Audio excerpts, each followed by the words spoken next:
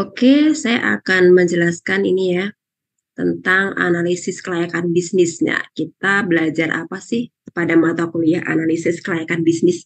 Jadi untuk mata kuliah manajemen operasi ya dan analisis kelayakan bisnis ini tidak terpisahkan ya. Jadi ada keterkaitan ya antara mata kuliah manajemen operasi dan analisis kelayakan bisnis ya. Nanti ada kaitannya juga dengan manajemen keuangan. Ya, ini ya pada mata kuliah analisis kelayakan bisnis. Jadi mata kuliah ini memang tepat ya sekali ya diambil di semester 7 ya. Atau kalau nggak semester 7 ya mungkin bisa semester 8 ya. Namun kalau di semester 8 kan teman-teman fokus ya ke skripsi ya mungkin ya. Jadi ada di semester 7. Jadi secara keilmuan analisis kelayakan bisnis ini merupakan rangkuman dari beberapa mata kuliah. Ya, nanti akan teman-teman temukan di mata kuliah analisis kelayakan bisnis ya. Nah, bagaimana caranya nanti teman-teman menghitung rugi laba gitu ya. Bagaimana membuat neraca, kemudian bagaimana nanti teman-teman menghitung biaya ya dari segi biaya operasi ya, biaya operasional ya. Kemudian nanti teman-teman juga bisa berhitung ya bagaimana cara menentukan harga jual ya. Kemudian bagaimana sih cara menentukan titik impas atau break even point ya. Nanti kita akan belajar pada mata kuliah analisis kelayakan bisnis ya. Jadi ini merupakan gabungan dari beberapa mata kuliah yang mungkin teman-teman sudah pernah memperoleh ataupun mendapatkannya ya di semester lalu gitu ya. Nah, kita akan pelajari lagi ya pada mata kuliah analisis kelayakan bisnis. Nah, ini ya. Nah, tujuan perkuliahan ini ya diharapkan nanti mahasiswa ya mampu memahami dan bisa menerapkan pelaksanaan penyusunan studi kelayakan bisnis ya. Studi kelayakan bisnis atau analisis kelayakan bisnis ya sama saja ya. Di kampus lain penyebutan mata kuliahnya itu bukan analisis kelayakan bisnis tapi studi kelayakan bisnis ya. Pada intinya sama yang dipelajari ya. Nah, diharapkan mahasiswa nanti mampu memahami ya dan bisa menerapkan pelaksanaan penyusunan studi kelayakan bisnis ya, mulai dari aspek hukum ya, kemudian aspek budaya, kemudian aspek politik, keamanan, pasar dan pemasaran, kemudian aspek teknis dan teknologi, kemudian dari segi aspek manajemen, aspek produksi ya, aspek risiko dan aspek keuangan ya. Jadi pada mata kuliah analisis kelayakan bisnis ini atau studi kelayakan bisnis ini merupakan gabungan dari beberapa bidang ilmu di sini ya teman-teman ya. Oke, nah metode pengajaran ini seperti yang sudah saya sampaikan di mata kuliah manajemen operasi kemarin ya. Ceramah ya saya menyampaikan materi gitu ya secara online gitu ya. Kemudian teman-teman bisa melakukan tanya jawab, kemudian bisa diskusi kelompok. Nah, dan di sini ada penugasan. Jadi penugasan ini ada penugasan secara pribadi dan juga penugasan kelompok gitu ya. Nanti akan saya berikan tugasnya ya di pertemuan berikutnya. Nah, untuk daftar pustaka ini ya ataupun buku-buku, teman-teman bisa mengambil buku yang di sini ya tentang analisis investasi dari Abdul Halim, kemudian studi kelayakan bisnis dari Aldi Rohmat, kemudian studi kelayakan bisnis dari Kasmir dan sebagainya ya. Atau teman-teman bisa menggunakan referensi ya ataupun pustaka-pustaka dari sumber yang lain gitu ya, boleh gitu ya. Nah, kalau mau beli ya boleh gitu silahkan ya untuk menambah referensi ya ataupun teman-teman bisa menambah referensi tentang ilmu analisis kelayakan bisnis melalui jurnal gitu ya ataupun internet gitu ya dan teman-teman juga bisa mengambil ilmu tersebut ya dari sumber-sumber yang lain ya bisa dari tempat magang teman-teman nanti bisa di situ kalian mendapatkan ilmu ya bagaimana sih caranya gitu ya untuk menganalisis kelayakan bisnis ya, sebelum bisnis tersebut dinyatakan layak gitu ya untuk diterapkan atau dijalankan. Nah, teman-teman bisa belajar langsung ya dari tempat praktek ya, bisa bertanya ya dengan karyawan atau pimpinan yang ada di sana, bagaimana sih caranya gitu ya, cara merintis usaha gitu ya, cara mengembangkan bisnis. Nah, teman-teman bisa belajar langsung ya nih bagi teman-teman yang sedang magang ini. Sebagian ini ada yang sedang magang ya karena semester 7 ya teman-teman. Kalau yang bekerja tentunya nggak perlu magang lagi ya sepertinya ya. Oke Mbak Nina, diminta magang nggak kalau yang sudah bekerja? Enggak. Enggak ya. Heeh. Yang Iya. belum bekerja ini biasanya yang diminta magang gitu. Oke, saya akan jelaskan singkat tentang ini ya, rencana pembelajaran ya semester ini ya. Ya. Nah, ini ada beberapa materi ya teman-teman ya. Materinya ya cukup padat dan lumayan ya. Dan nanti ada materi perhitungan ya di sini ya. Nanti kita belajar berhitung. Teman-teman jangan sampai ya kalau memang nggak ada kepentingan banget itu jangan sampai teman-teman nggak ikut kuliah gitu ya. Karena ya setiap pertemuan itu ada hal-hal baru yang teman-teman akan peroleh gitu ya. Kalau teman-teman saya berikan modul ataupun saya kasih buku gitu, buku untuk referensi ya, bener nggak sih teman-teman membacanya gitu ya. Kalau nggak sempat baca gitu teman-teman, nah, kita bisa belajar langsung ya pada saat pertemuan. Nah, tatap muka walaupun via online gitu ya, kita bisa belajar langsung, belajar bersama di sini gitu ya. Nah, di sini untuk materi pertemuan pertama, di sini ada penjelasan teknis ya, pelaksanaan tatap muka, kemudian pengantar studi kelayakan bisnis ya. Kemudian di minggu kedua kita akan belajar tentang ya, pengertian aspek hukum ya, jenis badan hukum, jenis izin usaha, kemudian aspek sosial, demografi ya, perubahan budaya, sikap dan persepsi masyarakat terhadap rencana usaha ini. Kemudian yang ketiga, kita akan belajar tentang pengertian ekonomi ya. Kemudian aspek ekonomi, aspek rumah tangga, perekonomian pemerintah gitu dan sebagainya ya. Kemudian yang keempat, kita akan belajar tentang pengertian aspek pasar ya, permintaan dan penawaran ya, bentuk-bentuk pasar itu apa saja, kemudian sikap dan perilaku konsumen, kemudian target pasar, segmen pasar, positioning dan sebagainya. Nanti kita akan belajar di pertemuan yang keempat ya. Kemungkinan saya tidak akan menyampaikan semuanya ya. Saya akan menyampaikan poin-poinnya saja ya. Nanti biasanya untuk memperdalam itu saya berikan tugas ya. Ya, teman-teman bisa mengerjakan tugas itu ya dengan adanya tugas nanti teman-teman mau nggak mau kan membaca gitu ya. Namun biasanya saya kasih waktu itu 2 minggu untuk menyelesaikannya ya karena saya paham teman-teman kelas malam ya sebagian ada yang sudah bekerja, di sebagian juga lagi magang gitu ya. Teman-teman tentunya capek banget gitu ya kalau dikasih waktunya itu cuma sehari 2 hari untuk menyelesaikan tugas gitu ya. Jadi saya berikan waktu 2 minggu ya, saya kira cukup ya kalau 2 minggu mengerjakan tugas ya. Sabtu Minggu kan teman-teman libur gitu ya. Jadi bisa mengerjakan tugas ya di hari Sabtu atau Minggu. Teman-teman bisa baca modul yang sudah saya berikan. Jadi teman-teman bisa mengerjakan tugas gitu ya. Kemudian yang kelima, kita belajar tentang aspek produk ya, aspek harga, aspek promosi, dan aspek channel of distribution ya. Kemudian yang keenam ya, nah kita belajar bagaimana sih cara mengukur permintaan pasar saat ini, kemudian mengukur permintaan pasar yang akan datang, survei niat pembeli, kemudian pendapatan beraniaga, pendapat para ahli analisis regresi, analisis tren, dan sebagainya ya. Kemudian yang ketujuh, pengertian dan tujuan aspek teknis dan operasi, kemudian aspek lokasi, metode penilaian lokasi, dan pemilihan teknologi ya. Kemudian yang kedelapan ya seperti semester lalu ya, ada ujian tengah semester ya ini ya pertemuan yang ke-8 ya.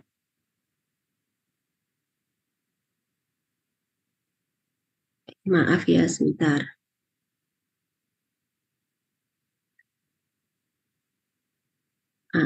Ini ya, ini. Oke. Kemudian untuk berikutnya yang ke-9, nah kita di sini akan belajar ya tentang proses pengadaan bahan baku ya, proses produksi. Jadi setelah ujian tengah semester, setelah UTS ya teman-teman nanti akan belajar bagaimana cara berhitung ya. Bagaimana sih cara menghitung gitu ya, agar pada saat kita melakukan proses produksi itu kita tidak rugi. Nah, bahan baku yang disediakan nanti berapa, bagaimana nanti cara proses produksinya, nanti menentukan cost per unitnya berapa. Nah, kita akan pelajari setelah ujian tengah semester teman-teman ya. Jadi nanti teman-teman dipersiapkan gitu ya secara matang. Jadi setelah ujian tengah semester, nah itu kita mulai belajar untuk hitung-hitungan ya, menghitungnya. Nah, bagaimana cara menghitung biaya ya, biaya produksi. Kemudian per unitnya nanti biaya produksinya itu berapa, kemudian harga jualnya itu berapa gitu ya. Nanti kita akan belajar setelah ujian tengah semester ya. Nah, kemudian pertemuan 10 ini ada pengertian manajemen dan proyek organisasi berbasis fungsi dan sebagainya ya. Kemudian ke-11 kita akan belajar juga tentang manajemen risiko ya. Kemudian ada identifikasi dan penilaian risiko. Kemudian yang ke-12 ya, ini lebih ke manajemen keuangan nih ya, pertemuan ke-12 ya. Kita akan belajar lagi tentang raca ya, raca rugi laba ya, kemudian menghitung cash flow, kemudian cash inflow dan sebagainya ya. Nanti kita akan belajar di pertemuan yang ke-12. Nah, kemudian yang 13 ini juga perhitungan. Nah, macam-macam nanti kita akan menghitung ya, bagaimana cara menghitung penilaian investasi ya. Nah, ini tentunya teman-teman sudah pernah mendapatkan ya di mata kuliah manajemen keuangan. Nah, gitu ya. Nanti kita akan pelajari lagi di mata kuliah analisis kelayakan bisnis ya. Oke, untuk pertemuan yang ke-14-15 ini lebih ke review ya terhadap materi ya, analisis kelayakan bisnis atau studi kelayakan bisnis ya, yang telah teman-teman susun. Nanti ya saya akan memberikan tugas ya untuk membuat analisis kelayakan bisnis ya dari rencana bisnis usaha teman-teman masing-masing gitu ya. Jadi saya berharap ya teman-teman nanti bisa memiliki inovasi ataupun ide bisnis gitu ya yang nantinya akan teman-teman terapkan ya. Ya, pada saat teman-teman lulus nanti ya tidak terpaku ya mencari pekerjaan ya, melamar pekerjaan ke perusahaan satu ke perusahaan lain. Namun saya berharap teman-teman itu memiliki bekal ya, memiliki bekal untuk berwirausaha gitu ya. Jadi ide bisnis apa gitu ya. Teman-teman mulai berpikir sekarang nih, kira-kira nanti aku ingin usaha apa ya? Ide bisnis apa ya yang akan aku terapkan nantinya gitu ya. Pada saat lulus gitu ya, nanti aku ingin memiliki bisnis apa gitu. Jadi kalau ada sekarang ya tidak harus menunggu lulus gitu ya. Nah, karena pada mata kuliah ini analisis kelayakan bisnis ini nanti saya akan minta teman-teman untuk membuat ya analisis kelayakan bisnis ya dari rencana bisnis atau usaha teman-teman nanti gitu ya. Sehingga pada saat teman-teman nanti lulus, teman-teman sudah siap, ya sudah mengetahui ya bisnis apa yang akan teman-teman jalankan nanti gitu ya.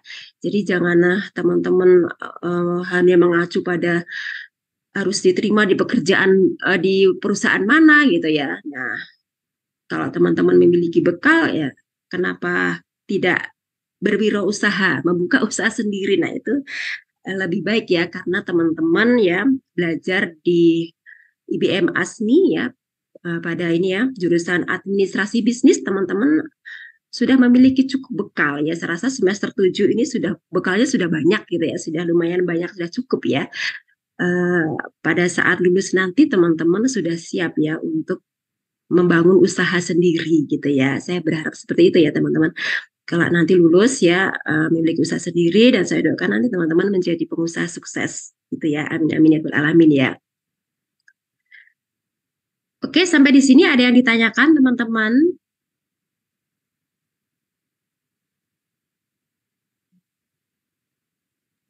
Ada yang ditanyakan? Ya, oke. Kita lanjut saja ya. Nah, untuk penilaian ini sama ya, seperti kemarin saya nggak perlu jelaskan ya. Jadi untuk penilaian ini ya dosennya juga tidak ngarang sendiri ya, ada ini ya, ada peraturannya ya. Ini berdasarkan surat edaran dari Bapak Rektor. Kami ini rektornya masih rektor yang lalu ya, masih Bapak Freddy ya gitu ya. Jadi yang terbaru belum ada. Jadi ya masih memakai surat edaran ini ya pada tahun 2021 ya dari Dr. Freddy J. Rumambi ini Bapak Rektor kita ya yang lalu ya. Yang terbaru belum dapat edarannya ya. Nah, ini adalah proporsi penilaiannya, UTS 35%, tugas 30%, dan ujian akhir semester 35%. Jadi ada tugas ini nanti ya, tugas mandiri dan kelompok. Nah, ini adalah tiga kriteria penilaian ya. Jadi jangan sampai ya salah satu dari ketiga ini itu sampai tidak ada gitu ya. Jadi antara UTS, tugas, dan ujian akhir semester, ini tiga-tiganya harus ada ya. Jika salah satunya tidak ada, misalnya UTS dan UAS ya mengerjakan, namun tugasnya tidak pernah dikerjakan, nanti setelah saya input nilai di SIA ya, nanti setelah saya save, nanti akan langsung keluar E gitu ya. Karena UTS, tugas, dan ujian akhir semester ini merupakan satu kesatuan ya, digabung ya nanti nilainya di rata-rata gitu ya teman-teman ya. Kalau salah satu nol gitu, misalnya tugas saya masukkan nol, nanti semuanya langsung uh, keluar nilai nol langsung otomatis tidak lulus teman-teman gitu ya. Ini sudah saya jelaskan juga kemarin ya teman-teman ya. Saya rasa sudah jelas. Apakah ada pertanyaan tentang penilaian? Ya, oke, udah jelas ya teman-teman. Ya, oke. Nah, sebelum lanjut ya, saya ingin menanyakan lagi apakah ada pertanyaan? Mbak Nia, Mbak Nurwanti, Mbak Uci, Saya tidak ada. Mbak Clara, Mbak Oktavia. Oke, cukup. Ya, oke kita lanjut saja materi kita pada malam hari ini ya teman-teman ya. Karena cukup padat materinya gitu ya. Jadi jangan sampai ya kita terlewat gitu ya di pertemuan pertama ini ya. Gitu. Jadi biar sesuai dengan jadwal ya. Oke, kita lanjut aja ya untuk materi pertemuan yang pertama ya. Ini tentang pengertian analisis kelayakan bisnis. Nah, gitu ya. Apa sih yang dimaksud analisis kelayakan bisnis dan kenapa sih kita harus belajar analisis kelayakan bisnis? Nah, gitu ya. Oke, Mbak Nia bisa minta tolong dibacakan pengertian analisis. Halo Mbak Nia, Mbak Nia sudah di rumah, ada di Ya, Bu. rumah.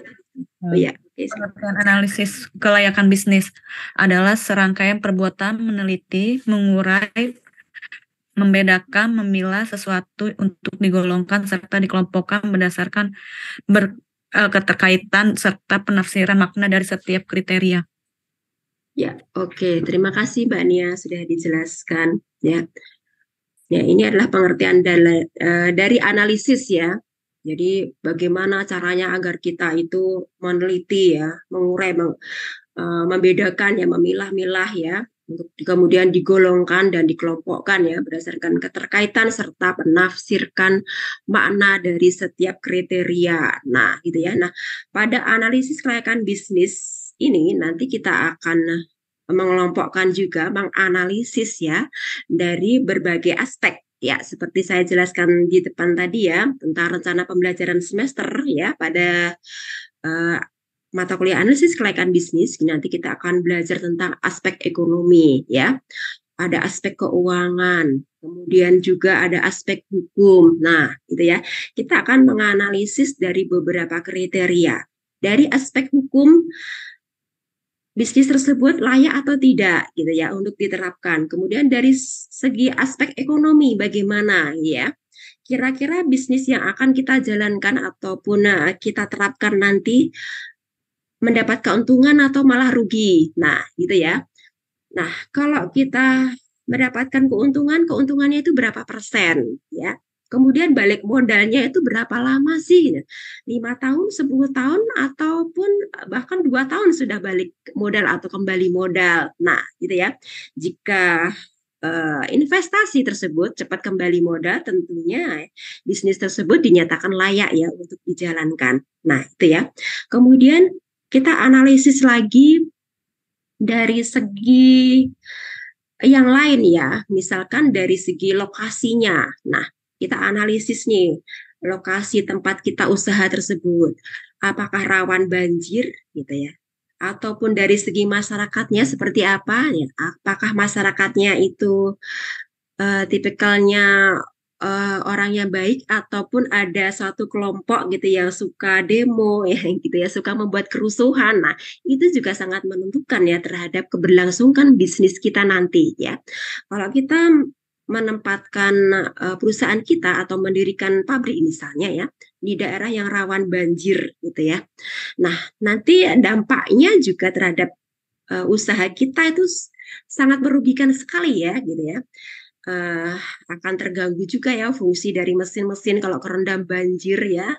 Kemudian juga nanti stok barang kita di gudang nanti juga akan tidak bagus, kurang bagus, ataupun ada stok bahan-bahan baku nanti membusuk ya karena kerendam banjir dan sebagainya. Nah, itu perlu kita analisis gitu ya. Layak atau tidak suatu daerah tersebut ya kita bangun suatu usaha. Nah, itu ya. Jadi kita perlu menganalisis lebih detail lagi, lebih dalam lagi sebelum usaha tersebut atau bisnis tersebut dinyatakan layak untuk dikembangkan atau dijalankan. Nah, ini ya teman-teman ya. Nah, kemudian untuk selanjutnya, ya saya bisa minta tolong dibacakan nih biar teman-teman tidak ngantuk ya. Saya panggil satu-satu nih biar teman-teman fokus juga ini. Jadi biar nggak kemana-mana ini, fokus di depan ini ya, laptop ataupun HP-nya masing-masing nih, gitu ya. Oke, Mbak Uci, minta tolong dibacakan. Iya, Bu. Pengertian analisis kelayakan bisnis. Pengertian bisnis. Bisnis berasal dari bahasa Inggris, yaitu busy, yang artinya sibuk. Bisnis artinya kesibukan, menurut Suliano 2010.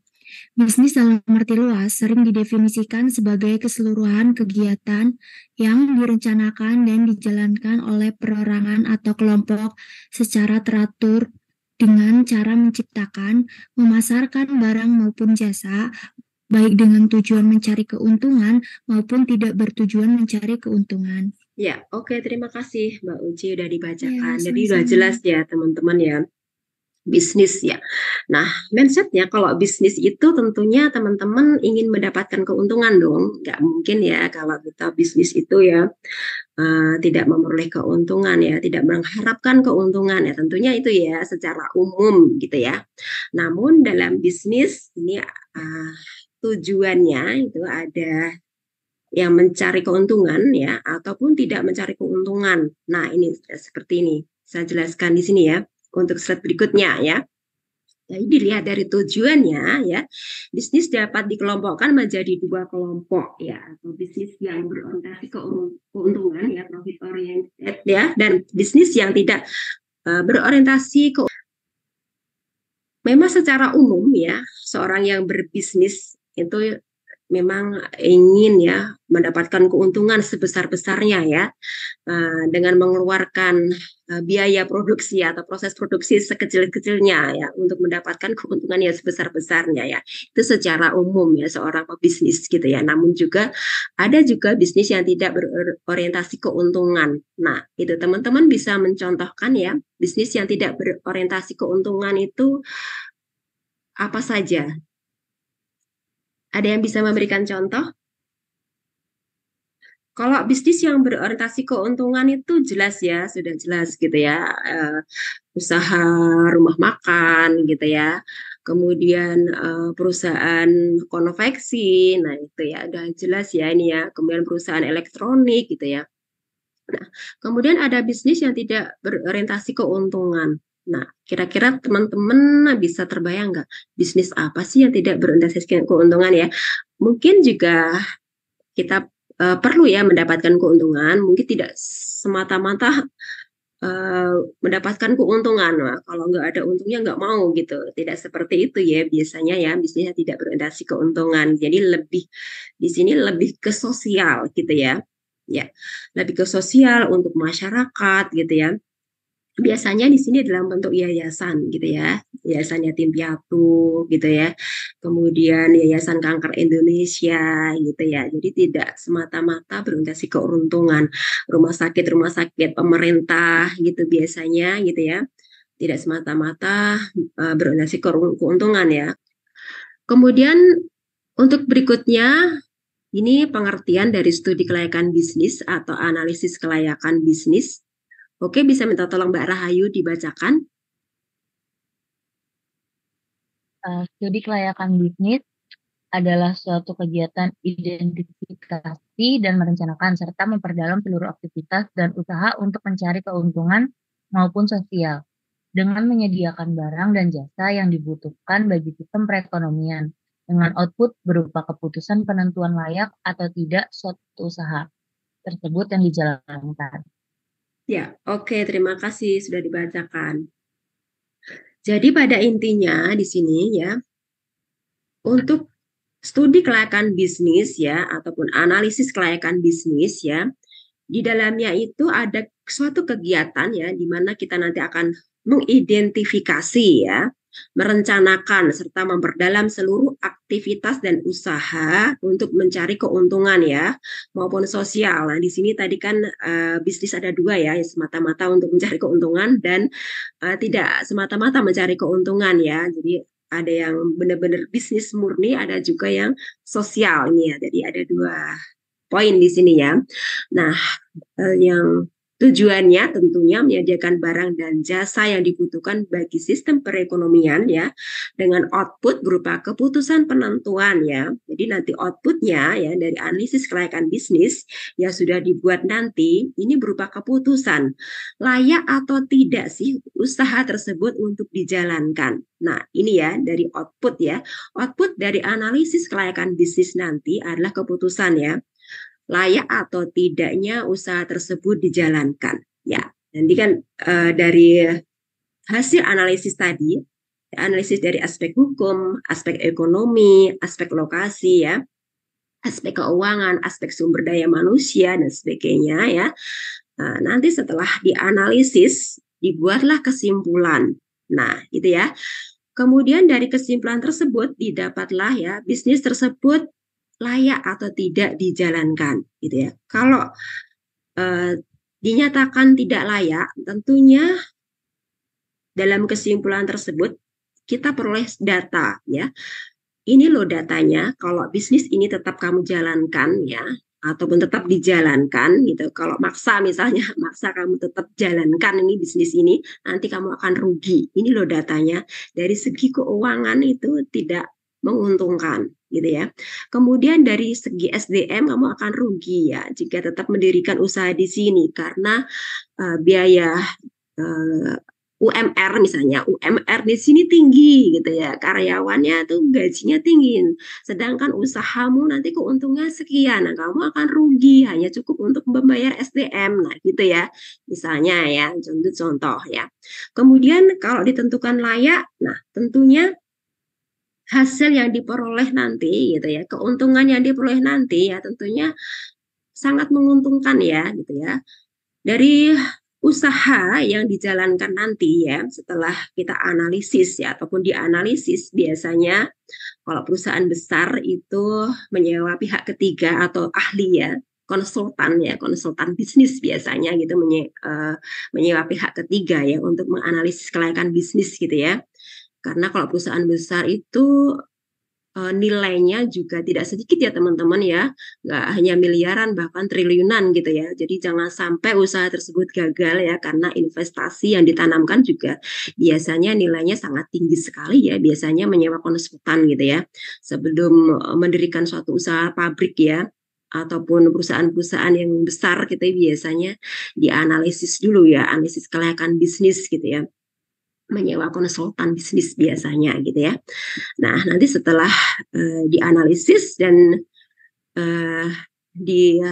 dapatlah data-data bahwa jika mendirikan perusahaan gitu ataupun usaha di lokasi tertentu gitu ya, nanti akan mendapatkan keuntungan besar karena dari segi sumber daya manusia, UMR-nya di situ rendah gitu ya, bahan baku juga murah gitu ya.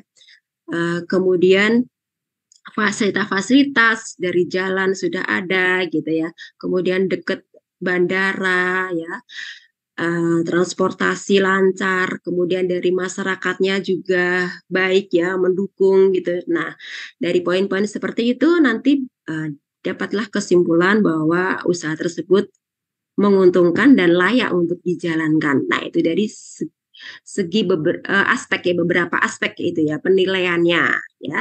Jadi tidak hanya satu aspek saja ya pada analisis kelayakan bisnis, ada beberapa aspek yang sudah saya sebutkan tadi ya. Oke. Nah, ini adalah ada beberapa pengertian studi kelayakan bisnis. Ini menurut Sulastri ya, adalah penelitian yang menyangkut berbagai aspek, baik itu aspek hukum. Nah, ini ya. Dari aspek hukum nanti bagaimana analisisnya, kemudian sosial, ekonomi, dan budaya. Nah, ini juga menyangkut dengan masyarakat ya, masyarakat di rencana tempat nanti ya akan didirikan perusahaan atau pabrik tersebut ya, sosial ekonomi dan budaya masyarakatnya seperti apa, kemudian aspek pasar dan pemasarannya nanti seperti apa ya, kemudian dari aspek teknis, aspek teknologi sampai dengan aspek manajemen dan keuangannya ya, di mana itu semua digunakan untuk dasar penelitian studi kelayakan dan hasilnya digunakan untuk mengambil keputusan ya, apakah suatu proyek atau bisnis dapat dikerjakan atau ditunda dan bahkan tidak dijalankan. Nah, itu ya. Ini sama dengan pendapatnya ini ya, Rohmat ya, atau Rohmat Purnomo ya. Jadi pada intinya analisis kelayakan bisnis itu hasil akhirnya atau keputusannya, nah itu suatu proyek atau usaha itu layak atau tidak ya untuk dijalankan. Ini ya pada intinya kurang lebihnya sama ya pendapatnya ya antara Sulastri dan Purnomo ya. Kemudian di sini ada juga studi kelayakan proyek. Nah, kalau studi kelayakan proyek ini adalah penelitian tentang dapat tidaknya suatu proyek dilaksanakan dengan berhasil ya. Biasanya merupakan proyek investasi ya. Ini biasanya proyek yang nilainya sampai triliunan gitu ya, dan jangkanya itu panjangnya kalau proyek biasanya ya. Di sini contohnya pembangunan proyek listrik tenaga nuklir, pembangunan jalan tol, pembangunan gedung yang bertingkat ini biasanya ya.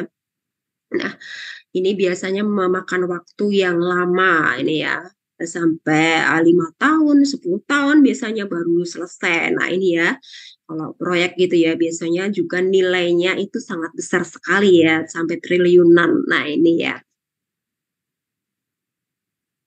Nah, kemudian perbedaan antara studi kelayakan bisnis ya dan studi kelayakan proyek adalah terletak pada kegiatannya. Nah, ini ya. Kalau studi kelayakan bisnis ini lebih fokus pada bisnis ya dan kegiatan bisnis tersebut ya, seperti pemasaran, keuangan serta sosial ekonomi ya. Kalau studi kelayakan proyek itu lebih fokus pada proyek yang bersifat investasi ya, biasanya untuk jangka panjang ya. Ini ya studi kelayakan proyek ya. Seperti yang dijelaskan tadi ya, biasanya proyek pembangunan jalan tol, proyek pembangunan gedung-gedung bertingkat gitu ya, biasanya di perkotaan-perkotaan gitu ya, yang memakan waktu itu lama sekali proyeknya sampai bertahun-tahun gitu biasanya baru selesai ya. Nah, untuk berikutnya ya teman-teman, ini juga terkait sekali ya dengan analisis kelayakan bisnis, ini investasi. Nah, apa sih yang dimaksud investasi ya?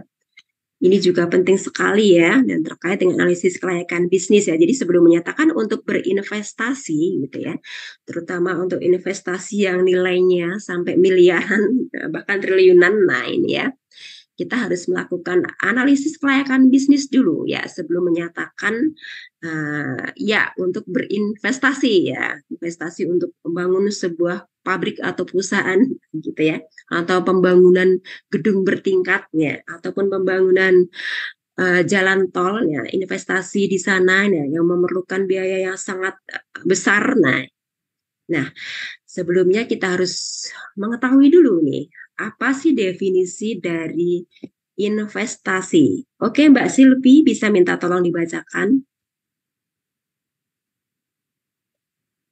Investasi didefinisikan sebagai penempatan sejumlah dana pada saat ini dengan harapan untuk memperoleh keuntungan di masa mendatang. Ya, oke, terima kasih sudah dibacakan. Jadi udah jelas ya, jadi investasi ya. Nah, di sini maksudnya ya suatu usaha ya untuk menanamkan dana, menanamkan sebuah modal gitu ya. Yang tentunya tidak sedikit ya teman-teman, modal yang besar gitu ya. Nah, dengan harapan ya investasi yang ditanamkan tersebut atau dana ya yang dikucurkan tersebut harapannya gitu ya akan memperoleh keuntungan ya di masa mendatang. Ya, tentunya ya ada jangka waktunya investasi tersebut ya, balik modal ya. Balik modal berapa tahun sih jika menanamkan usaha atau investasi gitu ya pada usaha tertentu ya. Balik modalnya berapa tahun nih gitu ya. 1 tahun, 2 tahun, 5 tahun, bahkan ada yang sampai 10 tahun ya, ataupun 15 tahun baru kembali modalnya. Bagaimana cara menghitungnya? Nanti kita akan belajar ya setelah ujian tengah semester akan kita belajar menghitungnya ya. Gitu ya. Nah, kemudian investasi ini dapat dibedakan menjadi dua gitu ya. Oke, Mbak Clara bisa minta tolong dibacakan. Nah, investasi dapat dibedakan menjadi dua. Yang pertama, investasi pada financial asset. Investasi pada financial asset yaitu bentuk investasi yang dilakukan di pasar uang. Misalnya berupa sertifikat deposito, commercial paper, surat berharga pasar uang, dan lainnya. Kemudian investasi pada financial asset yang dilakukan di pasar modal misalnya berupa saham, obligasi, waran, opsi, dan lainnya. Yang kedua, itu investasi pada real asset. Investasi pada real asset diwujudkan dalam bentuk pembelian aset produktif, pendirian pabrik, pembukaan pertambangan, pembukaan perkebunan, dan lainnya. Ya, oke, terima kasih Mbak Clara sudah dibacakan. Nah, investasi ya yang terkait dengan financial asset di sini ya, bentuk investasinya ya bisa dilakukan dengan pasar uang ya, berupa sertifikat, deposito, komersial paper dan sebagainya ya, seperti yang sudah dibacakan oleh Mbak Clara tadi ya. Kemudian ini investasi ya, benar-benar real ya, real asset ya diwujudkan dalam bentuk pembelian aset produktif ya, bisa pendirian pabrik, pembukaan pertambangan, pembukaan perkebunan dan sebagainya ya. Ini benar-benar real ya asetnya ya. Nah, benar-benar ada bendanya ataupun berwujud. Nah, ini ya, benar-benar nyata gitu ya. Oh, ternyata si A gitu, Bapak A berinvestasi membangun gedung ataupun membangun pabrik. Nah, itu ada wujudnya, benar-benar ya kelihatan gitu ya.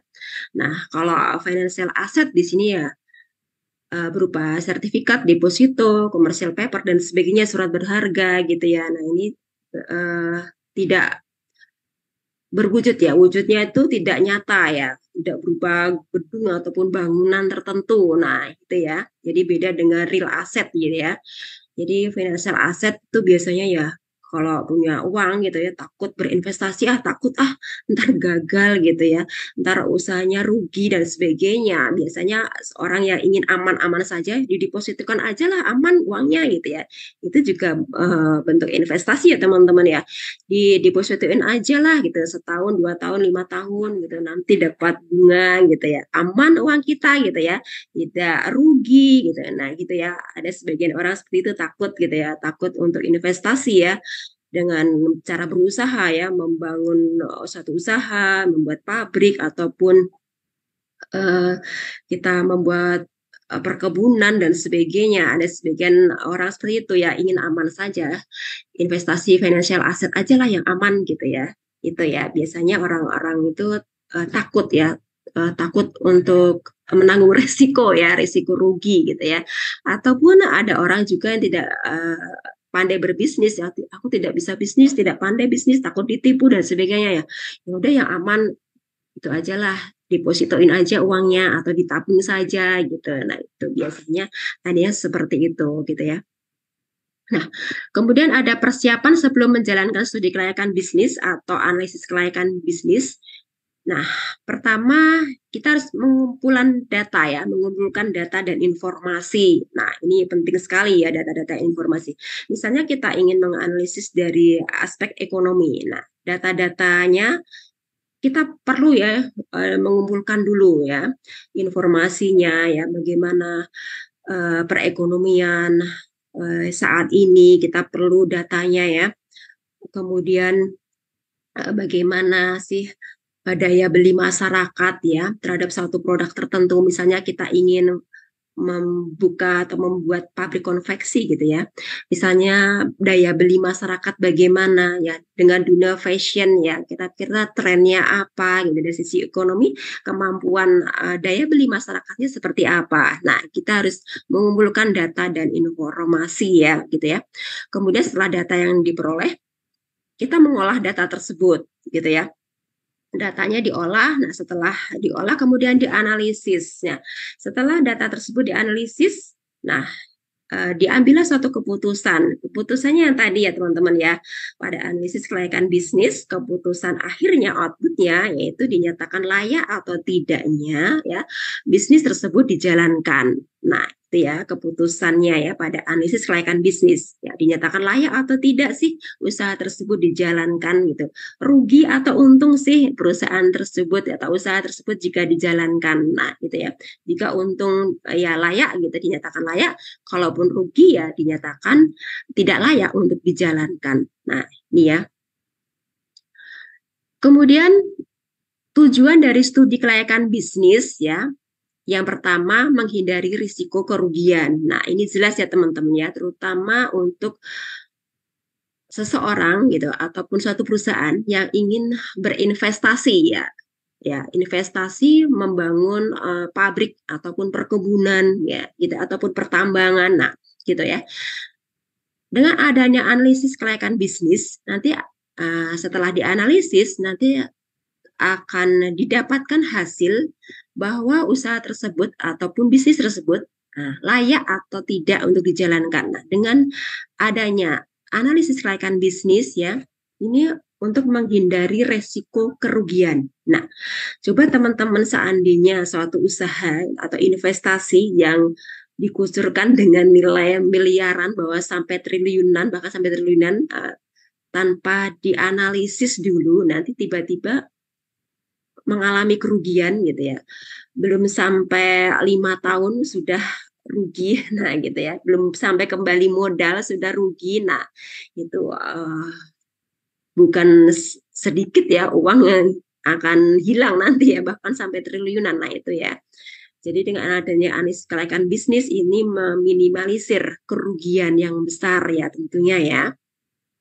Kemudian mempermudah perencanaan. Nah, dengan adanya analisis ya kelayakan bisnis ya setelah usaha tersebut layak dinyatakan untuk dibangun ataupun didirikan ataupun dijalankan. Nah, ini akan mempermudah perencanaan ya, perencanaan bisnis ya. Dari awalnya nanti seperti apa ya, tahap awal ya. Misalnya kalau pembangunan satu pabrik ya, nanti perencanaannya bagaimana pembangunan pabriknya, kemudian nanti merencanakan SDM-nya seperti apa ya, kemudian merencanakan proses produksinya nanti seperti apa, nah itu akan tentunya akan lebih mempermudah perencanaan. Kemudian bahan baku yang murah itu diperoleh dari daerah mana, ya. Kemudian lokasi pabrik nanti ya didirikan di mana, lokasinya di mana, di situ aman, ramah. Kemudian memudahkan pelaksanaan pekerjaan. Nah, setelah dibuat perencanaan yang matang ya, tentunya pelaksanaan pekerjaannya gitu ya nanti akan lebih mudah ya. Kemudian juga memudahkan pengawasan. Nah, ini juga penting ya. Kemudian yang kelima memudahkan pengendalian. Nah, ini adalah tujuan dari analisis kelayakan bisnis atau studi kelayakan bisnis ya. Oke, untuk berikutnya, oke sampai di sini ada pertanyaan teman-teman? Mbak Rahayu, Mbak Nia, Mbak Uci. Dan jam berapa ini? Mau tanya. Nggak ada, Bu. Ya, boleh. Ada yang Kan bertanya? tadi Ibu bilang kalau perusahaan besar itu kan pakai konsultan. Apakah Ya. itu memang biasanya mereka menggunakan konsultan atau perusahaan besar tuh boleh tanpa konsultan gitu, Bu? Ya. Oke, Mbak Rayu, terima kasih. Pertanyaannya bagus ya. Ya. Nah, biasanya ya untuk menganalisis kelayakan bisnis, nah itu tidak hanya satu bidang ilmu saja ya, berbagai bidang ilmunya tadi ya. Ada aspek ekonomi, aspek keuangan gitu ya, kemudian aspek hukum ya, aspek sumber daya manusia gitu ya. Misalnya ya, dalam perusahaan tersebut memiliki tim yang memiliki kompetensi ya dalam bidang tersebut ya, bisa dibentuk tim ya, tim analisis kelayakan bisnis ya, bisa gitu ya. Nah, namun jika dalam perusahaan tersebut tidak memiliki ya SDM yang memiliki kompetensi ya, misalnya ahli ekonomi ya, hukum ya, kemudian dia bisa menganalisis dari sumber daya manusia dan sebagainya. Nah, tentunya memerlukan bantuan pihak ketiga, konsultan bisnis gitu ya. Nah, konsultan bisnis ini juga ada ahli-ahlinya ya, mereka juga memiliki tim. Nah, gitu jadi bekerja sama dengan konsultan bisnis ya. Biasanya nanti ada tim ya, tim dari internal perusahaan dan tim eksternal. Nah, kalau eksternal itu biasanya juga dari konsultan bisnis gitu ya. Kalau internal itu di internal perusahaan nanti membentuk tim juga. Jadi nanti bisa ada yang gabungan ya dari konsultan ya pihak eksternal dan internal perusahaan gitu ya. Ya, namun kalau di perusahaan itu udah cukup memiliki SDM ya yang berkompeten ya, memiliki kompetensi yang handal benar-benar ya, bisa ya untuk menganalisis ya tentunya tidak perlu menyewa konsultan gitu ya. Karena harus fokus ya untuk menganalisis ini ya, harus benar-benar fokus ya bekerja ya untuk menganalisis ya kelayakan bisnis layak atau tidak ya bisnis tersebut dijalankan gitu ya. Nah, kalau tidak memiliki tenaga ahli yang khusus ya di perusahaan tersebut, misalnya bagian SDM tentunya dia juga memiliki pekerjaan kan sehari-hari gitu ya. Kalau diambilkan dari bagian SDM untuk menganalisis SDM ya, sedangkan dia juga memiliki pekerjaan sehari-hari yang mengurusi sumber daya manusia di perusahaan tersebut ya. Nah, yang harus mondar-mandir mengurusi bagaimana sih SDM di sana, nanti bagaimana UMR-nya, nanti kompetensi SDM-nya nanti seperti apa yang harus direkrut. Nah, itu kan memerlukan waktu ya. Nah, itu bisa menghambat pekerjaan yang sudah dimilikinya. Biasanya itu untuk perusahaan-perusahaan yang besar yang ini ekspansi bisnis gitu ya. Biasanya itu ya, ingin mengembangkan bisnisnya, mendirikan pabrik ya, cabang di beberapa daerah. Nah, gitu ya. Biasanya itu lebih menyewa konsultan bisnis gitu ya. Karena karyawan yang ada juga fokus mengerjakan pekerjaan yang sudah ada gitu ya, yang sudah sehari-hari dikerjakan biasanya seperti itu gitu ya. Namun ya itu tadi jika memang memiliki tenaga ahli khusus gitu ya, khusus untuk menganalisis ya tidak perlu menyewa konsultan gitu ya. Oke teman-teman, nanti jika ingin ya menjadi konsultan bisnis juga bisa ya dari analisis kelayakan bisnis dari mata kuliah analisis kelayakan bisnis. Teman-teman ingin mendalami dan ingin menjadi konsultan bisnis, nanti teman-teman bisa belajar lagi, kuliah lagi ya mendalami bisnis. Nanti teman-teman juga insya Allah jika memang benar-benar ahli ya dalam dunia bisnis, nanti teman-teman bisa ya menjadi konsultan juga ya, konsultan bisnis bisa gitu ya teman-teman ya. Ya, oke, ada lagi pertanyaan?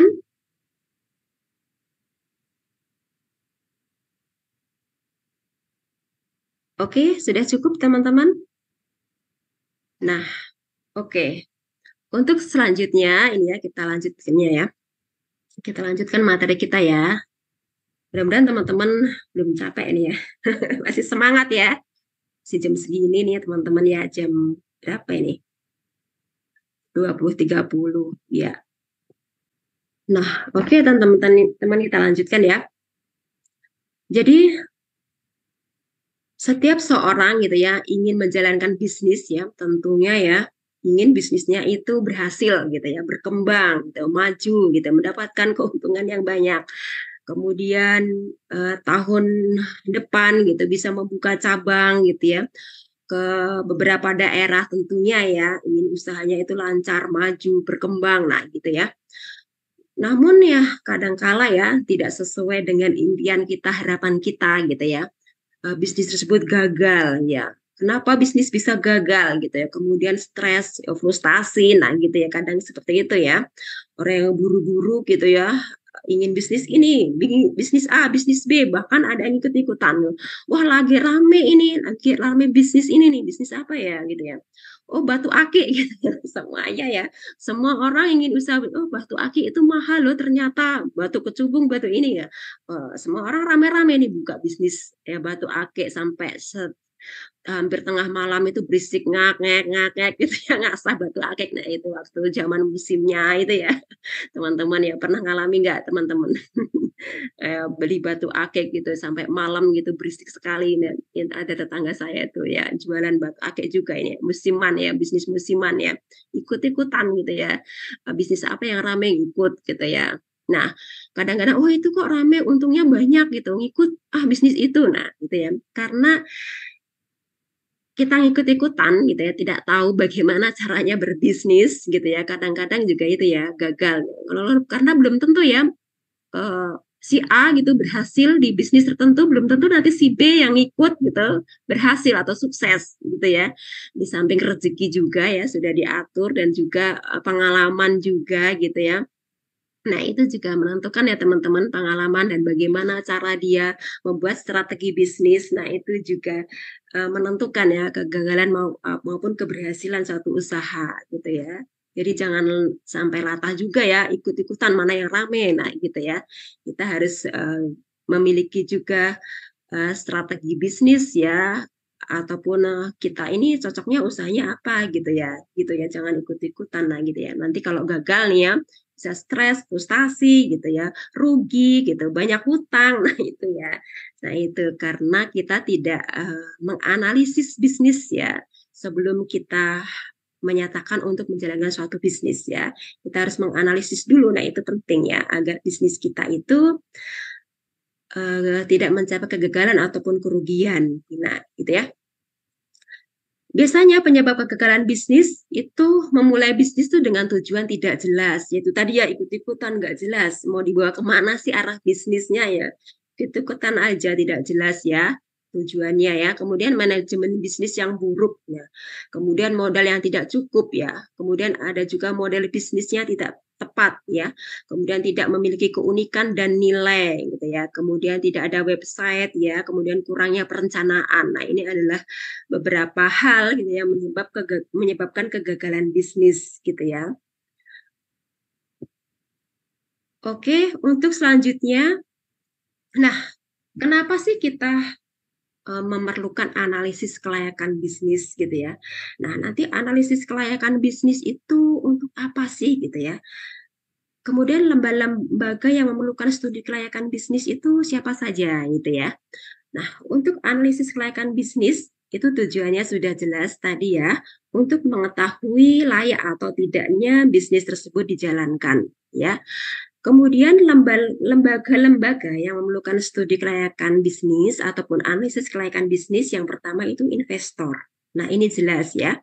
Setelah kita analisis tadi, analisis kelayakan bisnis, kita kan jadi mengetahui nih, bisnis tersebut layak ya, layak atau tidak untuk dijalankan. Misalnya bisnis tersebut dinyatakan layak untuk dijalankan. Nah, di situ tentunya kita sudah memiliki data gitu ya, ataupun suatu proposal bisa kita gunakan untuk menjadi sebuah proposal ya, proposal untuk mengajukan dana ya ke investor. Nah, investor tentunya ingin mengetahui dong prospek bisnis tersebut. Nah, kira-kira kalau aku menanamkan modalku atau investasi ke usahamu, nah misalnya seperti itu ya, kira-kira nanti aku mendapatkan keuntungan berapa. Nah, nanti modal yang aku tanamkan nanti balik modalnya itu berapa tahun. Nah, setelah kita analisis tentunya kita akan lebih mudah untuk menjawab. Nah, nanti keuntungannya sekian, nanti kita akan kembali modal 2 tahun, 3 tahun gitu ya. nanti pada tahun kelima gitu, nanti kita akan bisa membuka cabang ya dengan keuntungan sekian, nanti kita bisa membuka cabang baru ya. Di tahun ke-6 nanti kita memperoleh keuntungan sekian persen. Nah, gitu ya. Kita bisa menjelaskan kepada calon investor bahwa usaha ini cocok sekali ya untuk dijalankan gitu. Nanti keuntungannya yang diperoleh sekian persen. Nah, itu ya.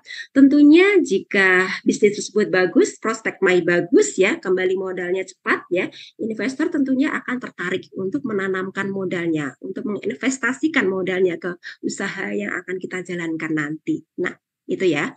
Ini adalah lembaga yang memerlukan studi kelayakan bisnis ya, investor ya. Kemudian kreditur atau bank. Nah, ini tentunya juga sangat penting sekali ya jika kita ingin menambah modal usaha gitu ya. Tentunya dengan analisis kelayakan bisnis yang sudah kita buat gitu ya, ataupun proposal yang sudah kita jadikan proposal tadi ya, nanti kita bisa mengajukan bantuan dana ya, kreditur atau ke kreditur atau bank gitu ya. Tentunya bank juga tidak mau rugi dong kalau menanamkan atau memberikan pinjaman, nanti jangan-jangan ya rugi, nggak bisa membayar itu ya cicilan. Nah, gitu ya. Dengan kita memberikan proposal meyakinkan kepada pihak kreditur bahwa ini loh nanti usaha pun akan maju ya. Sekian tahun nanti akan kembali modal. Nah, gitu ya. Tentunya pihak kreditur juga akan tenang ya bahwa tidak sampai nanti kredit macet gitu ya, karena ada analisisnya, usahanya nanti akan maju gitu ya, keuntungan yang diperoleh sekian persen gitu ya, nanti akan bisa untuk membayar itu ya cicilan dari pihak kreditur ini ya. Nah, kemudian dari segi pemerintah, nah ini segi pemerintah di sini tuh biasanya ya poinnya ini lebih ke pajaknya ya, gitu ya. Jika memberikan perusahaan ini tersebut ya, diberikan izin usaha, nanti kira-kira yang masuk ke kas negara itu berapa persen dari pajak nanti ya, dari usaha yang sudah kamu bangun nanti, biasanya lebih ke situ ya, gitu ya. Ini loh Pak, kita memberikan usaha ini, ya, tolong dong berikan izin usahanya ya, gitu ya. Biasanya seperti itu ya. Nanti oke, oh prospeknya bagus nih, nanti bisa menyerap sumber daya manusia banyak ya dengan didirikan perusahaan tersebut gitu ya. Nanti akan mengurangi pengangguran di Indonesia gitu ya. Kemudian perekonomian di daerah tersebut nanti juga akan maju, penduduk nanti akan makmur gitu ya, karena direkrut ya menjadi karyawan ataupun pekerja ya, ataupun buruh di pabrik tersebut gitu ya, sehingga perekonomian yang menjadi bagus. Kemudian dari hasil tadi usaha tersebut nanti juga masuklah pajak gitu ya, pemasukan buat pemerintah. Nah, gitu ya. Biasanya ini adalah lembaga-lembaga yang memerlukan studi kelayakan bisnis ataupun analisis kelayakan bisnis ya dari investor, kreditur atau bank maupun pemerintah gitu ya. Nah, oke teman-teman. Alhamdulillah, terima kasih. Ini untuk mata kuliah pertemuan pertama ya. Ini pengertian tentang analisis kelayakan bisnis dan hal-hal apa saja yang akan kita pelajari di mata kuliah analisis kelayakan bisnis. Ya, oke, sampai di sini ada yang ditanyakan teman-teman? Oke, ada pertanyaan atau sudah cukup jelas? Sudah cukup kalau Ya, oke, Mbak Nina, Mbak Nia, Cukup, Bu. Mbak Nurwanti, Mbak Silviani, Cukup, Bu. Mbak Sarah, Mbak Uci, Mbak Nurwanti, Mbak Silvia. Ya, oke, kalau sudah cukup jelas ya. Saya akhiri kuliah kita pada malam hari ini. Ya, terima kasih atas kehadirannya dan mohon maaf jika ada kesalahan ya. Ya, oke, sekian kuliah kita pada malam hari ini. Bila taufiq wal hidayah, selamat malam, selamat beristirahat dan sampai jumpa minggu depan. Terima kasih. Selamat malam. Terima kasih. Selamat malam. Terima kasih, Bu. Selamat malam. Ya.